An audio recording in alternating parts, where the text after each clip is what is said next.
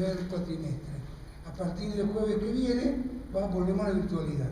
Y ya está todo más o menos organizado, más o menos, no tenemos la fecha definitiva todavía, está bastante encaminado y con un poco de viento a favor, en agosto arrancamos con un lugar propio.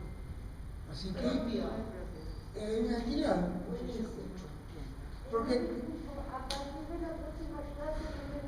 a partir de la próxima clase virtual. Virtual. Si no me escuchan bien, me dicen, señora. Y calculamos que a partir de agosto, no les prometo nada porque no depende de nosotros, vamos a tener un espacio propio de la universidad, ya por unos cuantos tiempos hasta que nos terminen de poner en condiciones la calle Rioja. Se calcula con lugar céntrico para que esté al alcance de todos los colectivos, ida, vuelta, todo eso. Bueno, ¿querés decir algo más? Bueno, vamos a, después de la introducción, vamos a empezar hoy, ¿se escucha ahí? Con una clase, se escucha mejor así, ¿no? Yo no sé si se graba eso. Vamos hoy a comenzar con una clase, con temas que en realidad nos van a abarcar 2 o 3 clases. La vamos a tratar de hacer en 2, pero vamos a hacer en 3.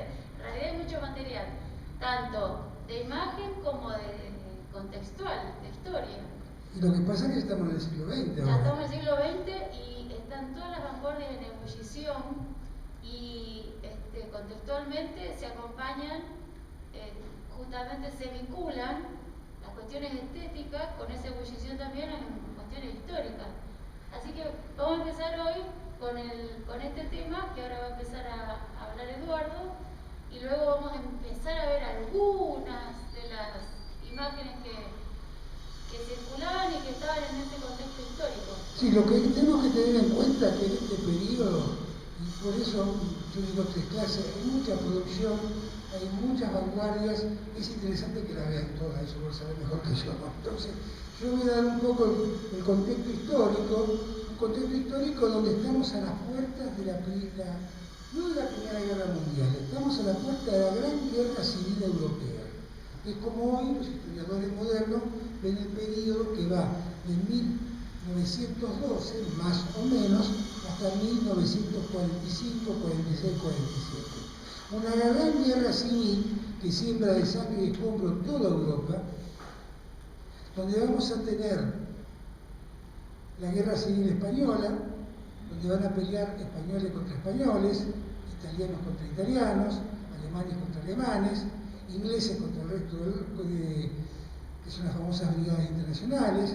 Vamos a tener la Primera Guerra Mundial, una Primera Guerra Mundial que va a traer como consecuencia la caída de los 2 grandes imperios europeos, o 3 grandes imperios europeos van a caer con esta guerra, y un imperio asiático, grandes imperios que van a desaparecer, y estamos,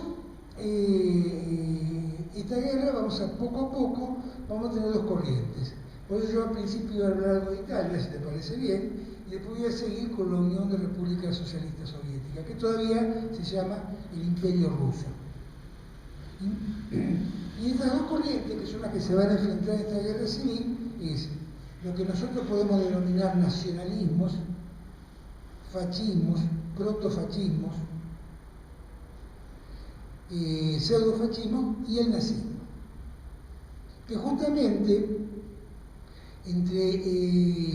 son años críticos que pocos estudian, el 5, el 6 y el 7.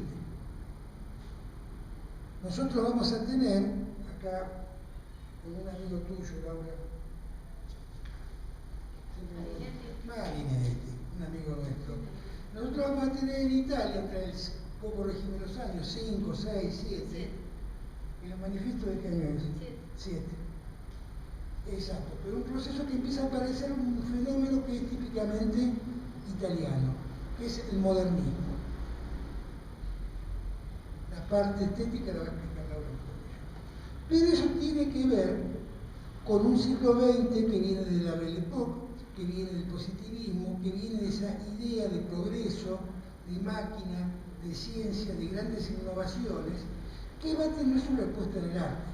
Lo importante que yo quiero hacer hincapié, y me adelanto unos años, que Marinetti en el 7 escribe el manifiesto futurista.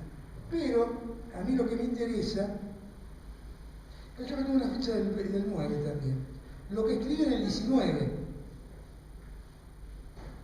que escribe el manifiesto fascista. Fíjense la importancia que tenemos del arte y la historia y la política. Los futuristas, vamos a verlo después, que es una corriente estética, una vanguardia, que es digamos, el correlato plástico en todo este acontecer que está hablando Eduardo. Por otro lado, en el otro extremo de Europa, tenemos el antiguo imperio ruso, que está conformado por una serie de federaciones de países que han sido invadidos, y ese imperio vamos a tener, por ejemplo, en pleno siglo XIX, fin del siglo XIX, 1863, la tardía abolición de la servidumbre, el modo de producción feudal, el modo de producción medieval, tanto en Rusia como en gran parte de la Europa oriental, que en aquel momento formaba parte del imperio austrohúngaro.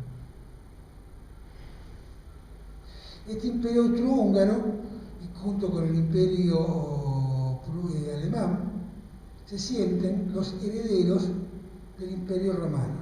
Por eso, entre el siglo IX y el siglo XIX, durante 10 siglos, gran parte de Europa la gobernó el Sacro Imperio Romano Germánico, que es lo que después se conoce como el primer Reich. Reich quiere decir imperio. Y como son imperios, ellos no tienen reyes, tienen un emperador. En alemán se dice Kaiser. Algo parecido pasa con el imperio ruso, que no tiene un rey, tiene un zar, que quiere decir César, el emperador. La traducción en alemán es Kaiser y en ruso el zar. Y son los herederos de Bizancio, de Constantinopla, de la Iglesia Ortodoxa. Nosotros tenemos una eliminación de la servidumbre del campesinado tardía en Rusia, en manos de Alejandro II, y también vamos a tener, en el caso puntual de Rusia, una incorporación tardía en el modo de producción capitalista y tardía en su proceso de industrialización. La revolución industrial rusa es de fines del siglo XIX, principios del siglo XX. También Rusia, entre otras cosas, no va a tener, lo vamos a ver, una revolución burguesa, como si tuvo Francia 2 siglos antes. No la tiene. ¿Por qué? Porque 130 millones de campesinos está gobernado por una aristocracia hereditaria, que es la que tenía todos los resortes de la política y del poder. Y recién Rusia va a tener algo levemente parecido a lo que es una monarquía parlamentaria. En Inglaterra la tenemos desde el siglo XVII. Por muy poco tiempo después de la Revolución del 5, que es un parlamento de elección indirecta, manipulable, nada parecido a la democracia que conocemos, que va a ser una de las consecuencias de la Revolución Burguesa de 1905, que todos la conocemos por la película de Eisenstein, El acorazado Potemkin. No tenemos una Rusia que se está industrializando tardíamente, un campesinado que un día era siervo de la leva y al día siguiente, ¿sabe qué eran? Mendigos, porque se quedaron sumidos en la pobreza. Perdieron esa relación trabajo-tierra que tenían y quedaron en la calle. Vamos a tener en este periodo, fines del siglo XIX, la aparición de diferentes modos de producción corporativista que son una especie de socialismo primitivo en el campo soviético, en el campo ruso todavía. Y también vamos a tener, a fines del siglo XIX y principio del XX, una serie de magnicidios que nos están anunciando un descontento social muy grande. El primero que le va a ser afectado va a ser Alejandro II en 1881, un anarquista, hace explotar su carruaje y pierde gran parte del cuerpo y después muere muy rápidamente. También lo vamos a tener a Humberto I de Saboya, que es asesinado, el rey de Italia. También tienen en común, hacemos un paralelo cortito entre Italia y Rusia, que Italia se unifica tardíamente. Italia es un Estado unificado más moderno que la República Argentina. La unificación terminó en la década de 60. Los Saboya era una casa real que en realidad estaba más en Francia que en Italia.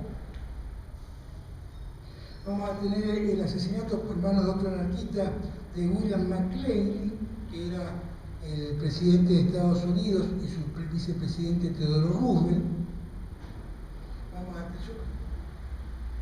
Vamos a tener el asesinato en 1903 de Alejandro I, rey de Serbia.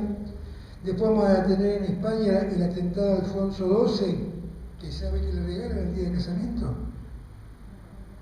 Un ramillete de flores con una bomba, pero no lo matan. No lo matan. Se enganchan los cables del tranvía.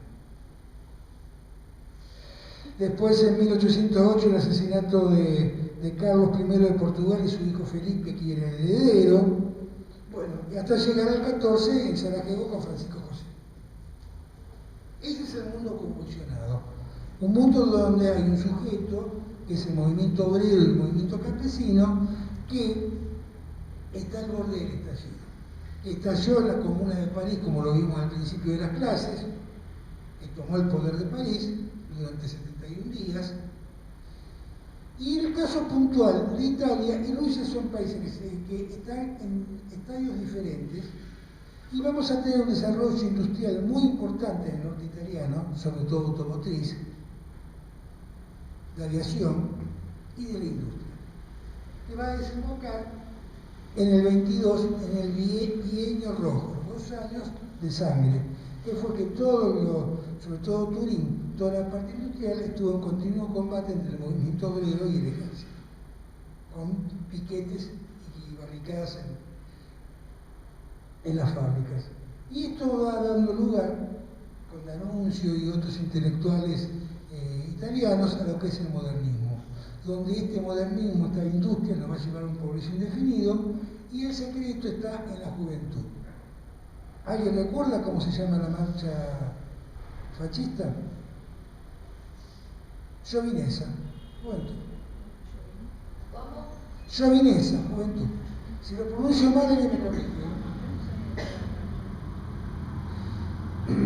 Bueno, volvamos a Rusia.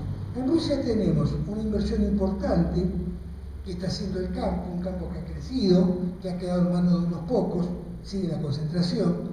Estos campesinos pasan a ser peones rurales por magros ingresos y pierden una pequeña porción de tierra que tenían. Aparece un modo de producción que se llama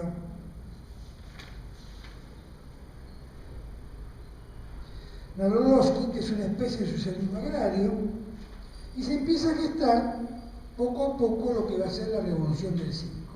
La Revolución del 5 ya ha aparecido una burguesía incipiente, por eso las manifestaciones del arte todavía son distintas en Rusia que en el resto de Europa.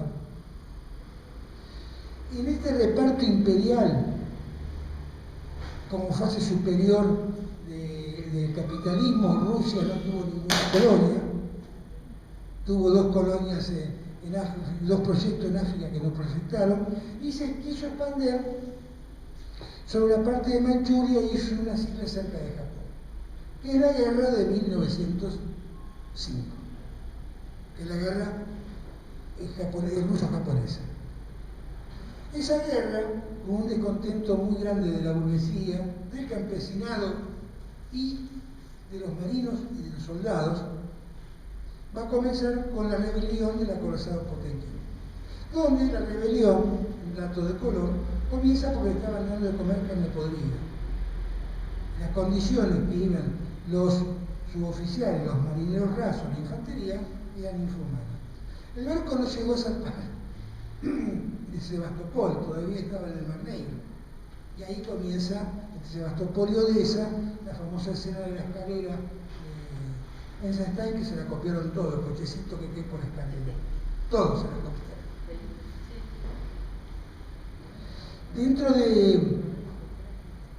Dentro de esta revolución, que siempre pareció una revolución proletaria, de campesinado, en realidad no.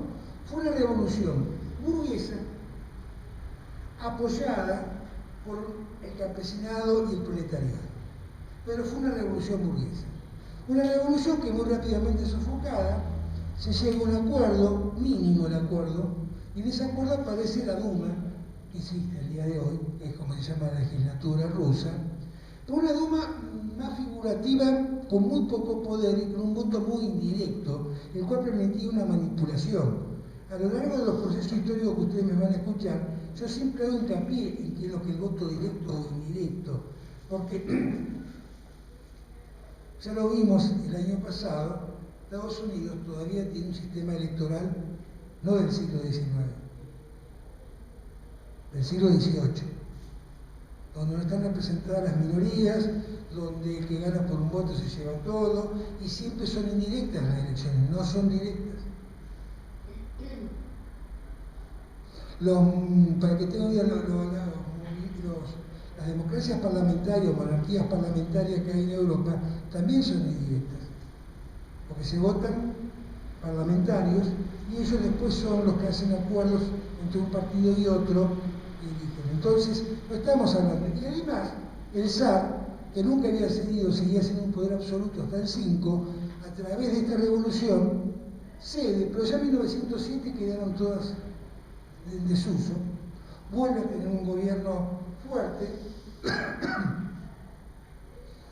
y esta burguesía ocupa un pequeño lugar, pero todavía no ha habido un cambio importante. La revolución rusa, la del 17, es bastante más compleja, porque, y vamos, que todavía no la vamos a ver hoy, pero tiene diferentes etapas burguesas, monárquicas, hasta llegar a la proletaria. Esta revolución fue una revolución burguesa, con apoyo del campesinado, con apoyo de la clase subalterna, tanto marineros como obreros industriales, apoyaron porque buscaban un cambio, y además el cambio tenía que ver con las grandes hambrunas y la situación de trabajo. Y además, en este periodo de industrialización,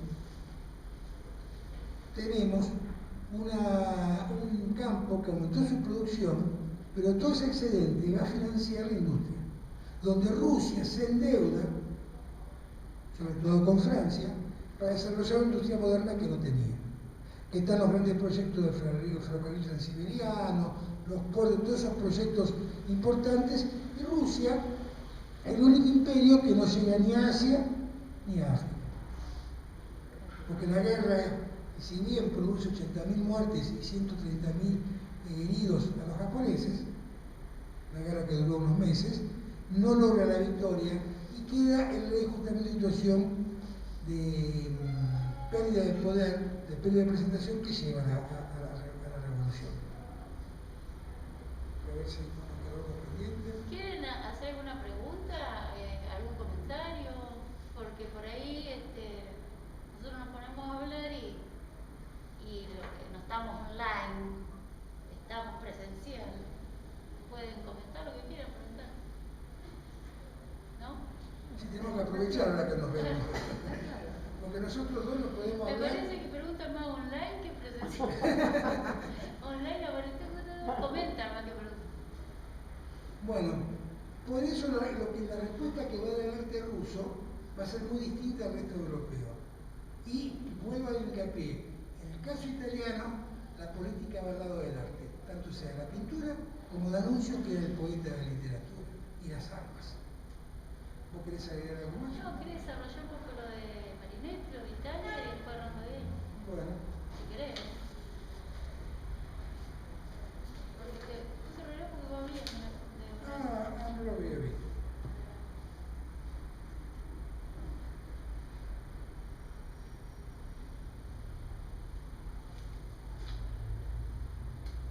Bueno, lo que Marinetti busca es romper con las tradiciones, es decir, acá lo que vamos a tener es el surgimiento de los nacionalismos y sobre todo, en el caso italiano, entra en cuestión la Revolución Francesa, entra en cuestión el iluminismo, entra en cuestión el positivismo.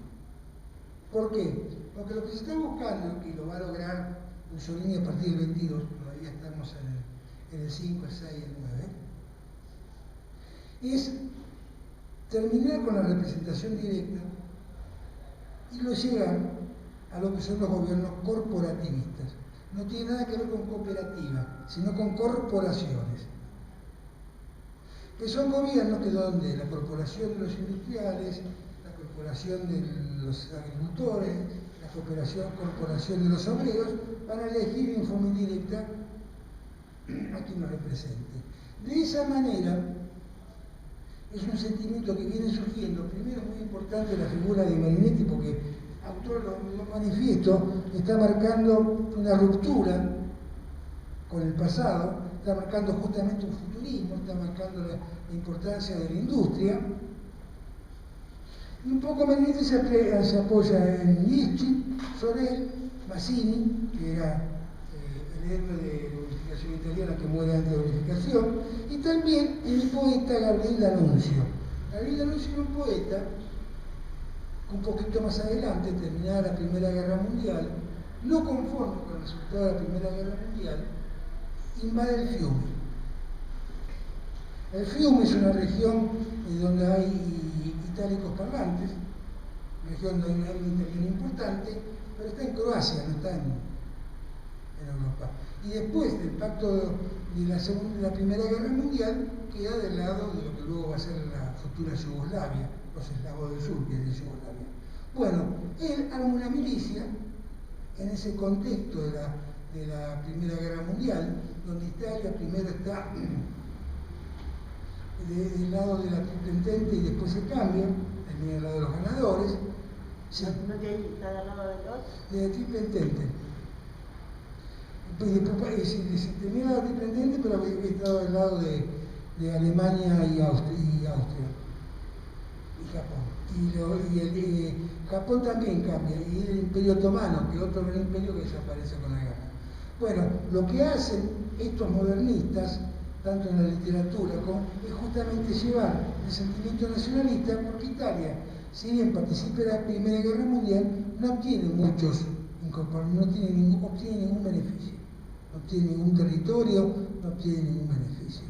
Y va a haber un descontento grande después de la Primera Guerra Mundial, va a quedar el pueblo armado y va a quedar lo que va a venir el bienio rojo, que es el levantamiento del sector industrial, que va a ir dando lugar poco a poco a esta teoría de D'Annunzio, que después de D'Annunzio se retira, y aparece un socialista renegado, que había sido miembro del Partido Socialista mucho tiempo, Partido Socialista Italiano, que es Benito Mussolini. Este es el camino que estamos siguiendo. Por eso, no sé si les quedó más o menos claro, tienen alguna duda. Y estamos entrando en la Gran Guerra Civil, que va a enfrentar rusos contra rusos, todos se van a enfrentar entre sí.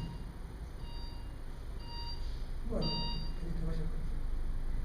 Bueno, bárbaro. Anda. ¿Quieren comentar algo?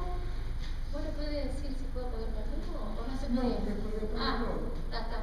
Ahora que se cortó la máquina, todo. ¿Se cortó la máquina? Bueno, Sí. Bueno, o sea que en relación a lo que viene hablando Eduardo, lo que nosotros vemos, entendemos, es que hay un espíritu, digamos, de levantamiento, de rebeliones. Y también saben de qué, que es lo que vamos a ver en el arte, de increpar a la autoridad. En realidad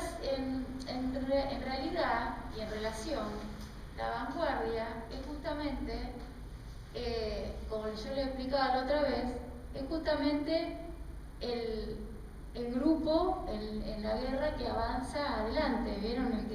El que reconoce el terreno, reconoce el primero que reconoce el enemigo y el primero que muere. Y es en arte, es una extrapolación del léxico militar, justamente, la vanguardia. Y la vanguardia, el espíritu de la vanguardia en el arte, y sobre todo de las más duras, como el futurismo, como el dadaísmo, son justamente luchar contra la autoridad. La autoridad es el padre. Por eso hay muchos textos de arte donde se habla matar al padre. O sea, hacer una rebelión en contra de la autoridad máxima que es el padre. Es freudiano. Es freudiano, sí, totalmente. Entonces nosotros habíamos comenzado con una renovación que no es justamente tan dura, sino que en la plástica es muy importante, pero a un nivel de vínculo político no es tan así como el futurismo, que habíamos empezado a ver, que es el cubismo. Empezamos y terminamos como pudimos, rápido, pero lo vimos. Vimos que el cubismo, esto lo vimos online, se dividía en tres: cubismo hermético, sintético y analítico, que en el hermético es donde empieza a aparecer un paso a la abstracción. Digamos que lo que hacen Braque y Picasso es poner un pie en lo que después va a ser la abstracción total. ¿Que quién lo hace eso? Los señores rusos, sobre todo Malevich, que es el que de alguna manera increpa a Picasso en los textos diciéndole: vos empezaste, sos un maestro, vos empezaste con la abstracción, pero yo, tanto él como Kandinsky, le dicen: nosotros fuimos somos los que llevamos a la abstracción a su pureza. Esto quiere decir una imagen que no tiene ninguna alusión y relación con lo que yo reconozco la realidad. En la abstracción, ahora vamos a ver, pero ustedes piensen: Kandinsky, Mondrian. ¿Se acuerdan? Mondrian eran los tintes, los primarios, los acromáticos, blanco, negro, líneas verticales y horizontales. La búsqueda de los elementos esenciales de la plástica, de las artes plásticas. Y justamente estaban en contra del relato. Ya los cubistas venían en contra, ¿se acuerdan? Que lo vimos de la perspectiva, trataban de abolir toda esa producción, esa construcción que se había hecho desde el arte clásico, del Renacimiento, que se mantenía hasta fines del siglo XIX.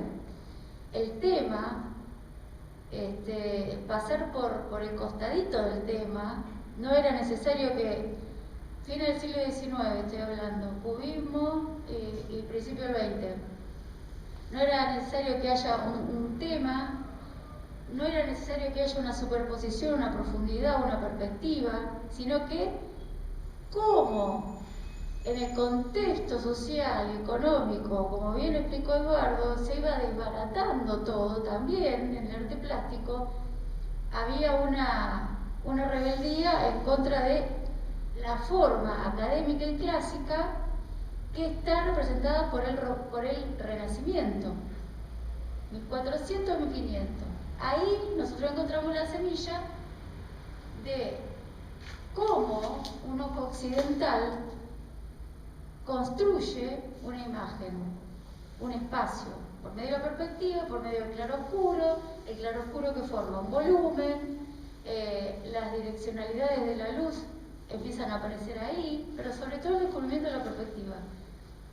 Científico, es matemático, es lo que ataca justamente las vanguardias, todos estos preceptos que ya estaban instaurados. Y esto, te voy a decir, lo digo, esto personal, y lo digo entre paréntesis, personalmente yo veo que hasta ahora, siempre lo digo porque lo sigo viendo, que hasta ahora, después de que pasaron todas las vanguardias, pasó todo el arte, el moderno, las vanguardias, y en lo contemporáneo todavía creo yo que nosotros seguimos eligiendo lo bello en relación a cómo construían justamente los renacentistas. ¿En relación a qué? Para nosotros lo bello es lo armónico, no es lo irregular. Bueno, esta concepción de belleza tiene que ver con el arte renacentista, que viene del canon griego, que viene de todas estas características que había tomado el arte grecorromano, digamos. Para nosotros todavía una composición, una persona físicamente es bella, o es agradablemente bella, agradable visualmente, si una persona armónica, si trazamos un eje y es armónica de acá y de acá, si trazamos un eje acá, de acá y de acá, bueno. Por eso hay algunos autores que han hablado después en el siglo XX, desde 1950 en adelante, sobre que al final las vanguardias pasaron, en su momento fueron realmente una ruptura, algunas, y para otras no había todavía nacido el público que pueda entender esa ruptura en términos estéticos, no solo de rebelión por sí misma, como ya a lo mejor van a ver o a creer que aparece en el dadaísmo, que fue el más combatido a nivel estético en ese momento. Hoy, Duchamp todavía es el padre del conceptualismo. Duchamp que estaba en el dadaísmo.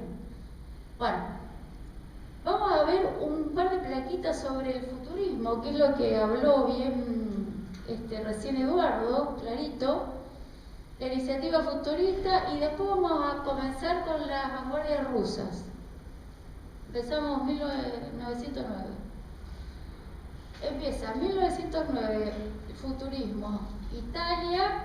Estos son los artistas que más estuvieron activos en ese momento: Giacomo Balla, Umberto Boccioni, Carrà, Russolo se dedicaba al sonido, hizo algo muy importante que fue lo que nosotros llamamos ahora música experimental. Empezó con Russolo eso. Gino Severini y el señor Marinetti, que es el que escribía.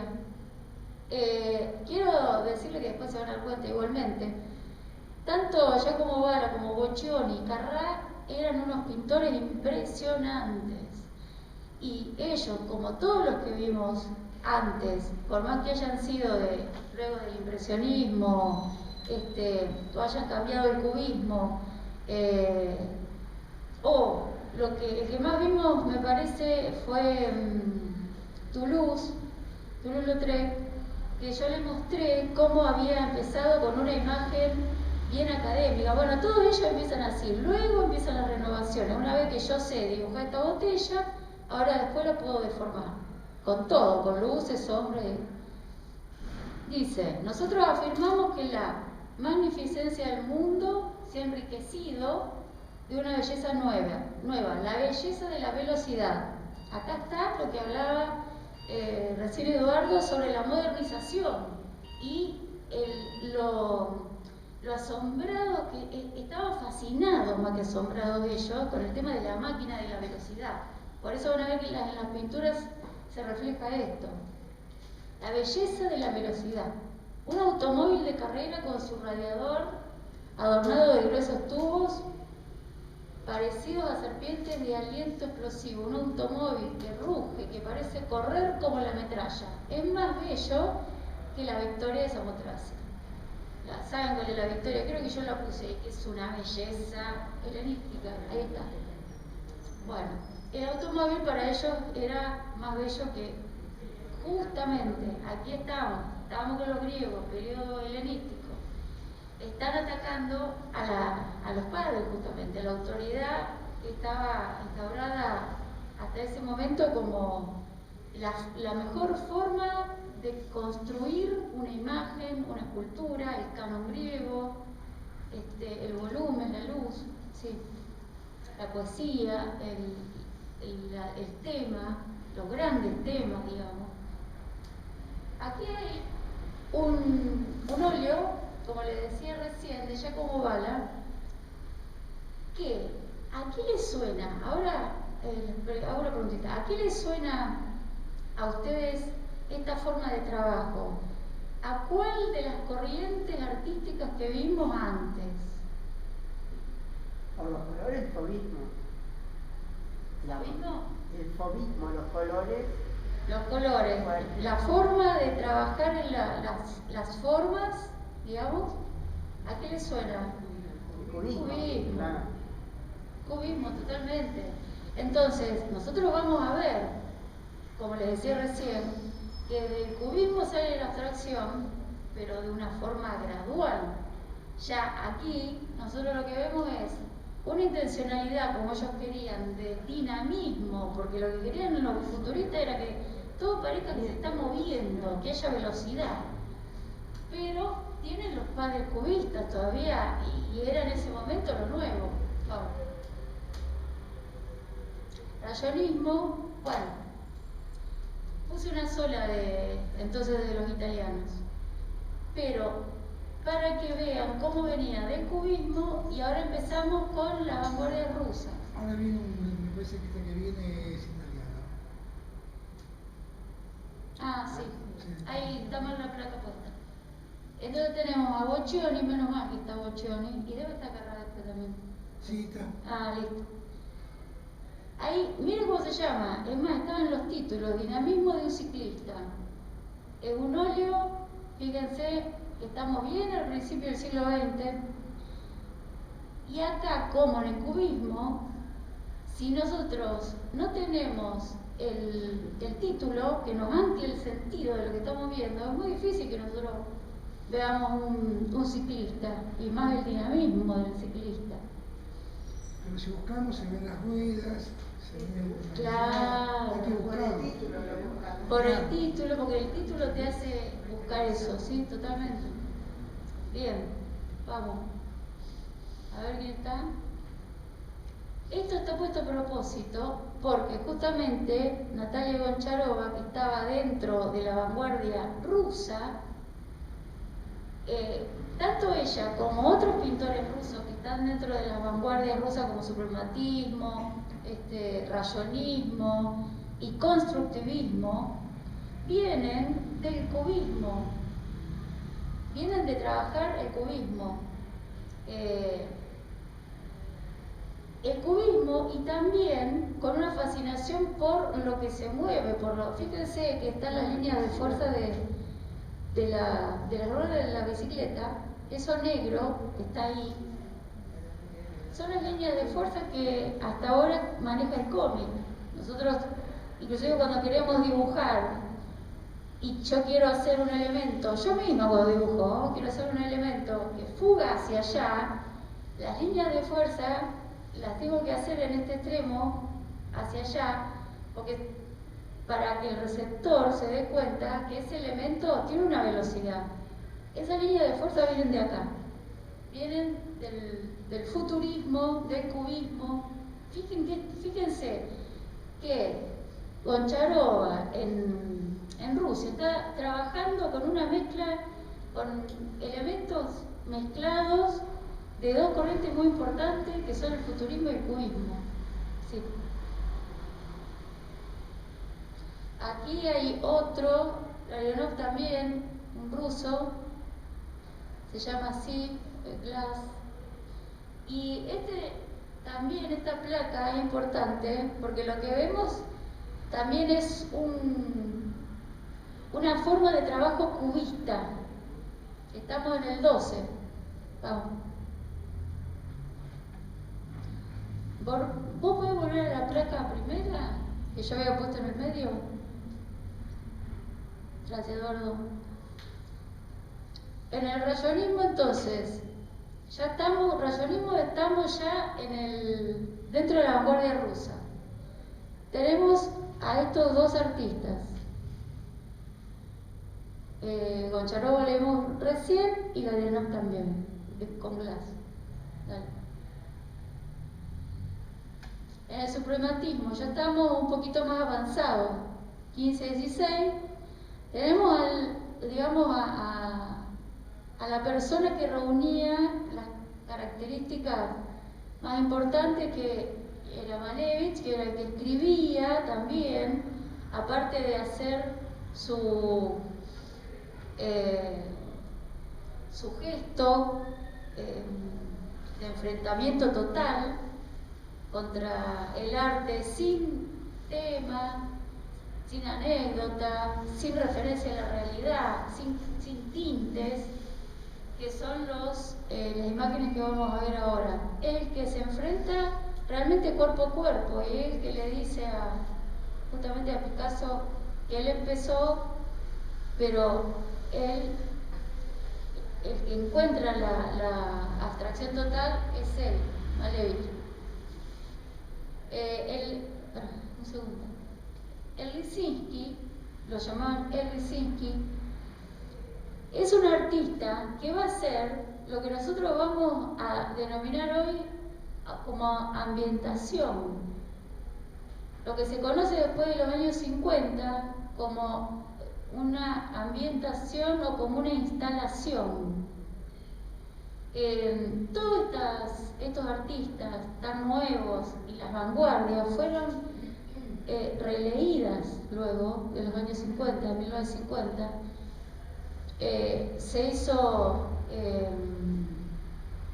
una revisión, digamos, de lo que había pasado, y empezaron a hacer una lectura, diferentes autores muy importantes como Peter Bürger, por ejemplo, de lo que me vienen ahora a la cabeza, sobre la renovación realmente importante que habían hecho todas estas vanguardias, y luego le empezaron a poner nombres también, y luego lo empezaron a tomar también, porque tanto la instalación de Lisinski como después la performance que hacen los dadaístas se toman ahora. Nosotros vamos a algún lugar y todavía lo vemos como algo contemporáneo en la performance. Y en ese momento los dadaístas, los artistas dadaístas no tenían la intención de vender obra. Entonces por eso lo que hacían mayormente era efímero, era en el momento, porque ¿qué quedaba de eso? Solo el registro en una foto sí quedaba, de hecho hay muy poco. Luego, de 1950, 1960, con toda esta relectura, reelaboraciones, digamos, empiezan los neodadaístas, los digamos que son como una especie de base de la misma renovación reelaborado, y también aparecen las instituciones artísticas, como los museos, las galerías, la institución arte, diría Bourdieu, que lo que hace es registrar todas estas acciones que habían nacido como espontáneas para vender, porque todo esto era importante dentro del mercado de arte. Y entonces, esto siempre pasa en todas las sociedades. Cuando una actividad artística se desarrolla por fuera de una institución, vamos a llamar institución arte a todas las instituciones que forman parte de la exhibición artística. Entonces, cuando aparecían, como el arte urbano, supónganse, que a Basquiat le pasó eso, cuando aparecen por fuera de la institución artística, la institución lo que hace es captarlos de alguna manera. Y la forma de captar esto era haciendo un registro y vender el registro. A Basquiat lo que le pasó, que ya estamos en 1980 con Basquiat, o sea, no lo vamos a ver, pero viene el caso, porque lo que le pasó era que era un grafitero, pintor muy autodidacta, pero muy virtuoso a nivel de lo pictórico, porque no era solo grafitero. Lo que hacía en el campo urbano, en el espacio urbano, era muy importante a nivel pictórico. Entonces lo empiezan a mirar desde el campo artístico, pero los artistas lo empieza a ver Warhol lo toma como amigo, lo toma como un poco como su protector, y como su difusor, empieza a aparecer en las galerías.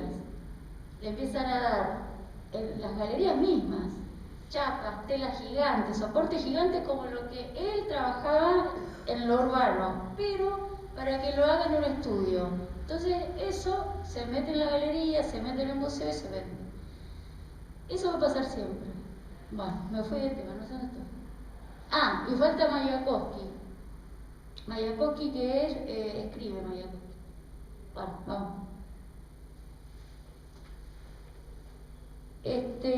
Aquí hay justamente un escrito de Mayakovsky. Esto es importante porque está trabajando su forma de oponerse o de rebelarse, ese gesto de rebelde, una bofetada al gusto del público. El pasado es estrecho, la academia y Pushkin menos comprensible que jeroglíficos.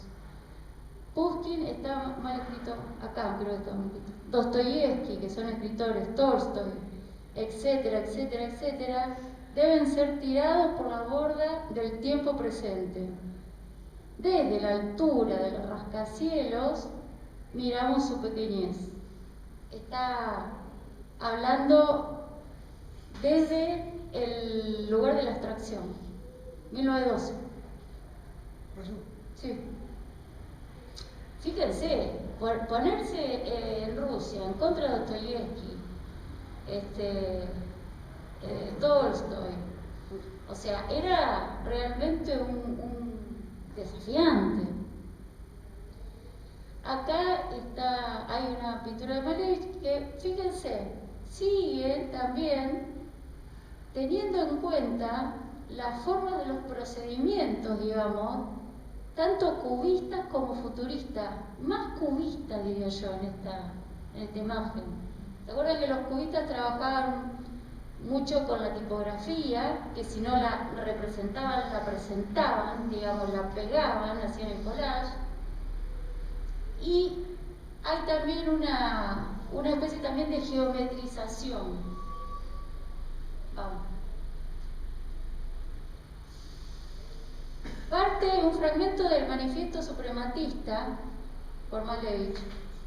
Malevich tiene un texto, se llama el libro blanco, que es muy interesante, que ahí donde tiene todas las anotaciones y ahí uno puede ver lo que estaba pasando también en el partido, porque ahí en el libro blanco también cuenta cómo es aceptado a veces y a veces no es aceptado dentro del Partido Comunista.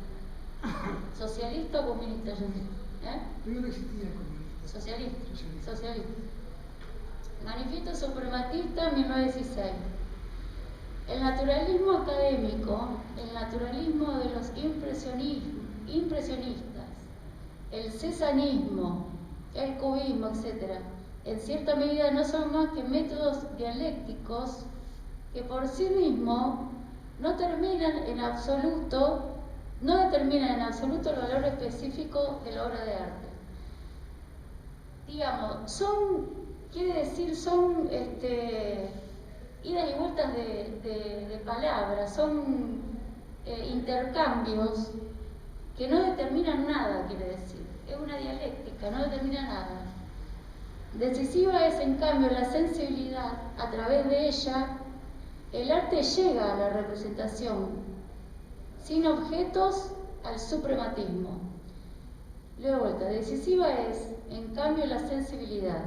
A través de ella, el arte llega a la representación sin objetos, al suprematismo. Vamos.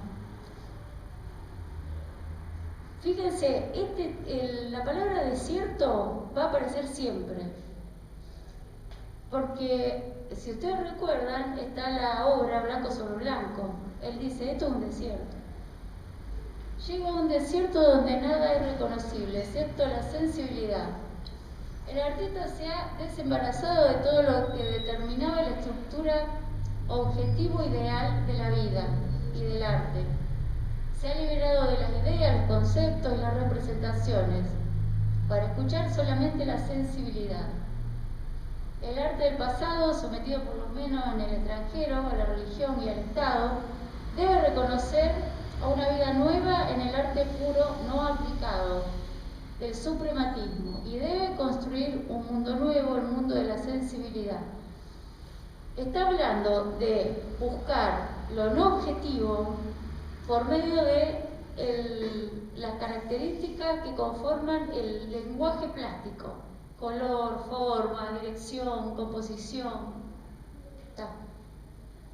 Hago un comentario. Sí. En este momento tenemos un grupo ideológico bastante disperso y bastante heterogéneo. Tenemos anarquistas, marxistas, socialistas utópicos y socialistas, que después en el 17 van a ser los bolcheviques. En la guerra civil, cuando termina el 22, recién el 22, con la Tercera Internacional, se funda el Partido Comunista.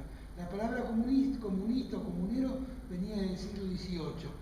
Y la usa Marx en el manifiesto comunista de 1848, pero acá en este grupo es bastante heterogéneo, muchos anarquistas todavía. Está genial eso de tu votación, porque justamente están del lado de los bolcheviques, son anarquistas. Ahí está Bakunin, está el que escribió La conquista del pan, todos hay una parte ideológico, anarquistas franceses y sobre todo anarquistas rusos. Sí, importante. Ahí yo veo la sensibilidad aplicada a un sentido puramente estético, Sí. digamos, no con respecto al arte, Sí. pero no tomada desde el punto de vista por ahí, social o político, que también es Está buenísimo. Porque después va a ser difícil. Ese comentario está buenísimo. ¿Sabes cuál es la lectura? Porque cuando yo lo estudiaba también pensaba esto y después me lo aclararon, digamos, los textos.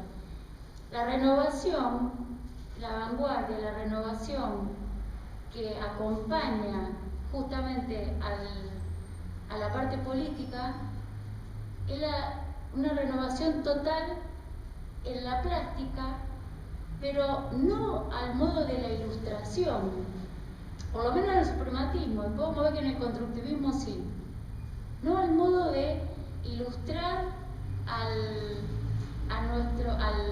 líder de nuestro partido, digamos, como se hacía en una época en Argentina, por ejemplo con la cartelería peronista, ¿recuerdan?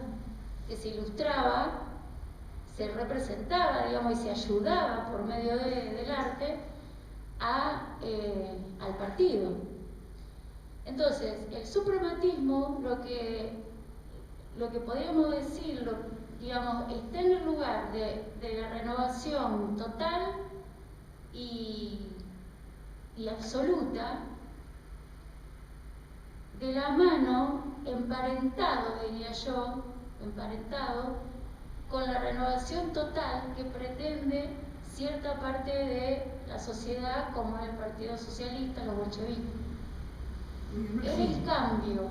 En este caso es estético, en otro caso es político, pero después vamos a ver, por ejemplo, en el constructivismo, sí aparece el apoyo funcional al partido, con la representación de, por ejemplo, de la muchacha gritando libros, o el obrero, y también bastante geometrizado, pero son líneas diferentes. El rayonismo, viste, que tiene más que ver con el cubismo.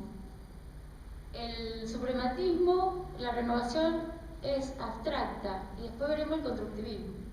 Bueno, yo calculo que podemos quedar acá con esta imagen, porque no sé qué sigue. A lo mejor, un comentario breve. listo. Vamos a ver Ustedes imagínense que cuando aparece en 1915 en una muestra un montón de composiciones de Malevich hechas, y decir, viste cuando uno se adelanta en el pensamiento y la boca le va a Malevich.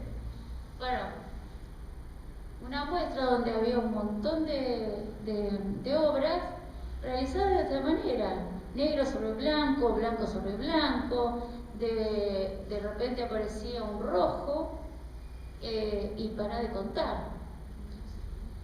Para esta época, nosotros, es más, no pensemos en esa época, si pensamos en este momento, Nosotros acá, en la sala de Fondo de la Rosa, supónganse, entramos y hay una muestra que se llama Blanco sobre Blanco.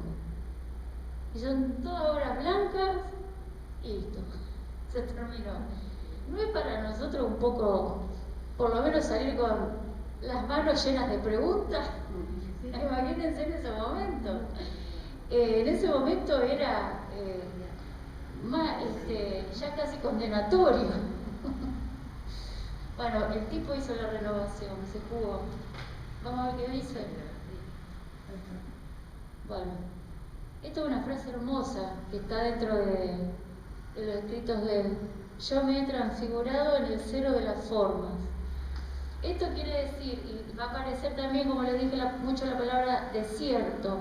Esto quiere decir que él no buscaba nada, no buscaba la referencia a la mitología, a ninguna anécdota, a ningún temario, ni la representación a un paisaje, ni siquiera, como hablábamos con la compañera recién, hacía un apoyo ilustrativo al partido, sino que lo que hacía era una búsqueda de renovación en el mismo lenguaje del arte, dentro del mismo lenguaje del arte. Sí, tenemos esa que es importante. Así se llamó la muestra, la última muestra futurista, se llamó 1915. Bueno, de eso le hablaba. ¿Ven? Las obras de Malevich.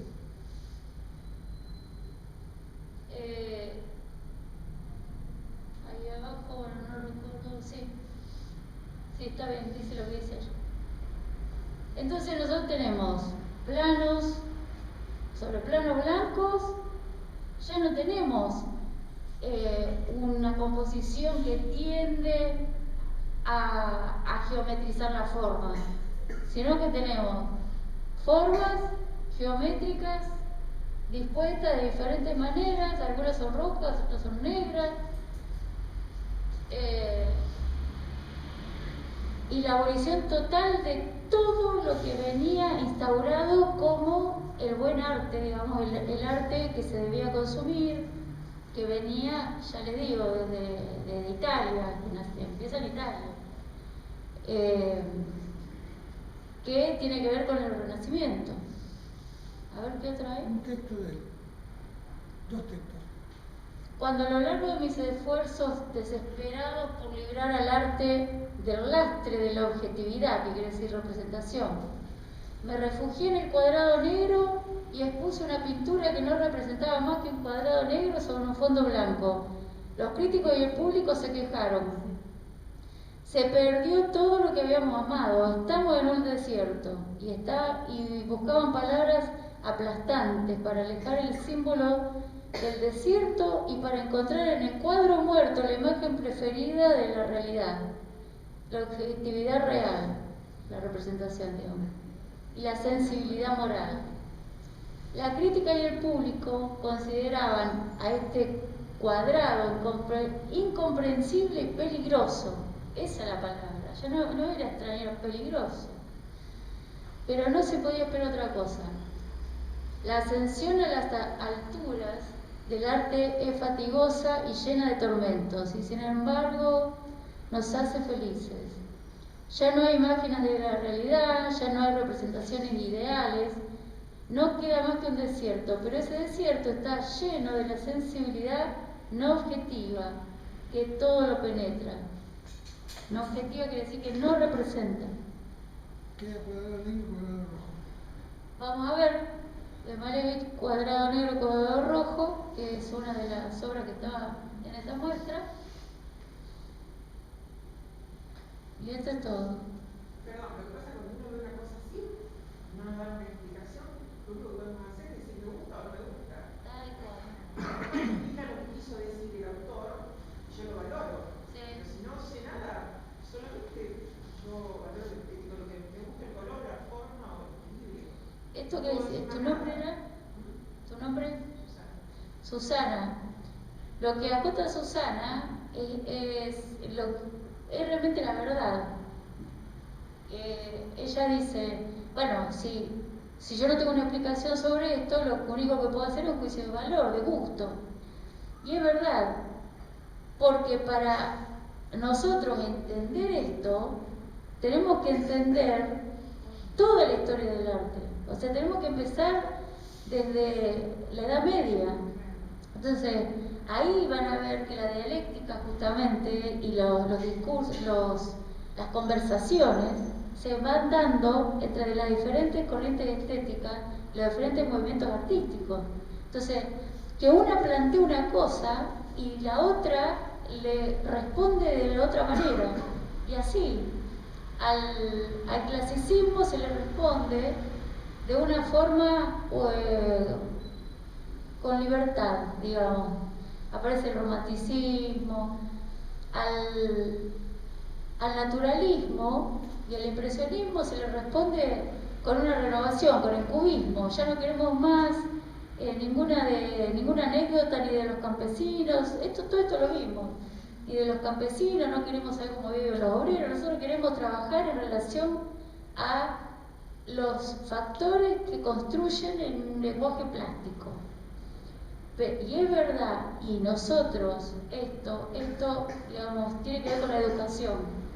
Si a nosotros nos enseñaron desde la primaria cómo viene todo el movimiento del arte, desde Oriente, si quieren, hasta ahora, nosotros podemos ir acá, a una sala del Fondo de la Rosa, ver esto y entenderlo, porque ¿qué es lo que entendemos? Que todo lo demás en la historia del arte, todas aquellas búsquedas nos llevaron a esta búsqueda y después vienen a otras búsquedas.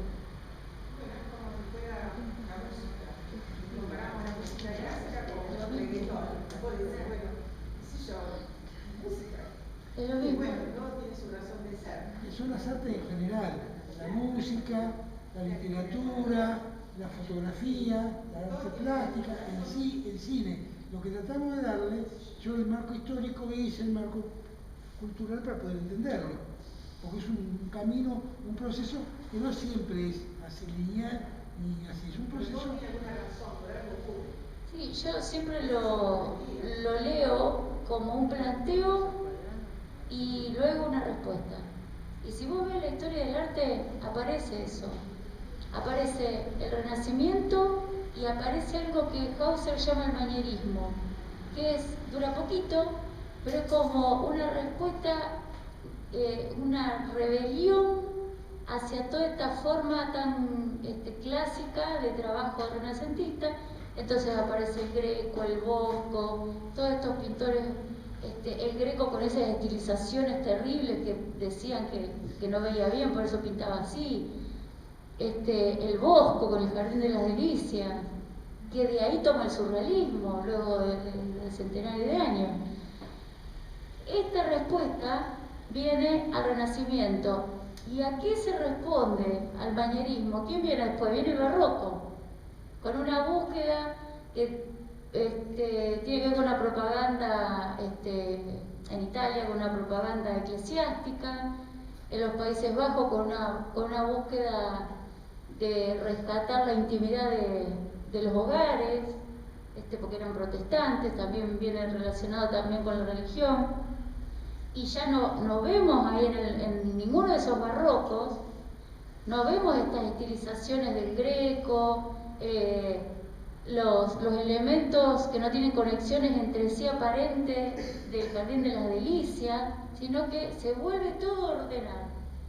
Y después en algún momento se vuelve a desordenar, pero en realidad son todas búsquedas, pregunta y respuesta, es misma dialéctica de la historia del arte. Es la dialéctica hegeliana, la dialéctica marxista, tesis, antítesis, síntesis, continuamente. Es decir, Tal cual. Bueno, yo creo que cerramos acá. Cerramos acá por ahora. La clase que viene seguimos online con este mismo tema y seguimos con las vanguardias rusas. Gracias, muchachas y muchachos. gracias por venir. Nos vemos, nos palpamos, así Nos vemos el jueves que viene por radio. Después en agosto nos veremos presencialmente. Dice Pablo, ¿sigue online entonces? Esta sigue online. De acá al 30 de junio. ¿No? Laura, Clase el 30 de el junio. lunes es presencial Sí, sí. todavía. Nosotros Después, seguimos. después de ¿Cómo el calculamos lunes? que para agosto No, para las otras clases, ya el lunes. vamos a tener un plan próximo Una para clase del lunes, Laura. Sí, que la pandemia no tiene tiene que ver con esto. Muy bueno lo que me trajiste. ¿Te gustó? Tómalo.